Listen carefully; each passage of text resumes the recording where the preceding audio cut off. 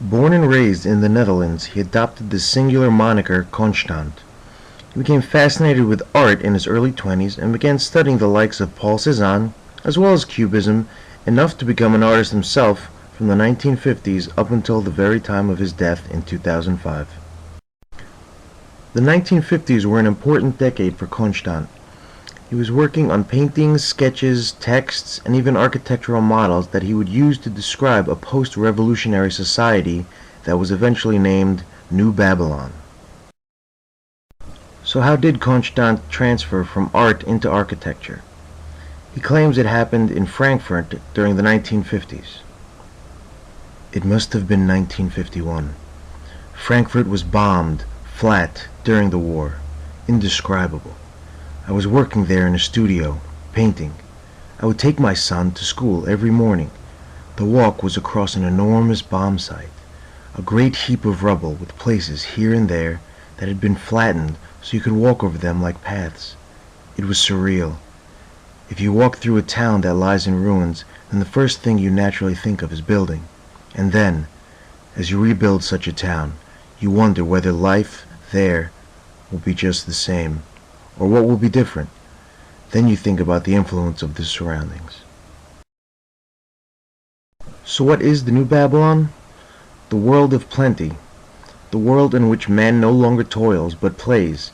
Poetry as a way of life for the masses. The physical aspects of New Babylon exist of work on paper, sketches, designs, drawings, composite photographs, and topological maps, as well as some paintings and watercolors. This was intended to give an impression of the inner spaces of New Babylon. But in reality, Constant wanted New Babylon to be a model for the potential utopian society. It provoked intense debates at schools of architecture and fine arts, and was a great influence on the future role of the architect. A network can be realized as man is no longer limited. He is free to go where he wants. The basic elements of the network, the sectors, are autonomous units of construction, which nevertheless intercommunicate.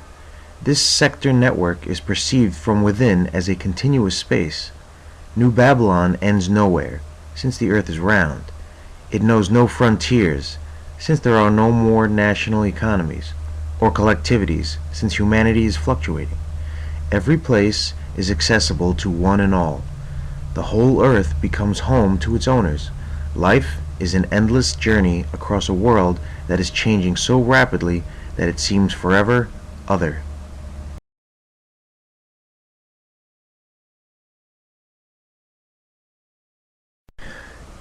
Utilitarian society asserts a fundamental reality, the same for all these forms of community life, old and new, namely the exploitation of the human being's capacity for work. Utility is the principal criterion in appreciating man and his activity. The creative man, or Homo ludens, can only claim his rights on rare occasions.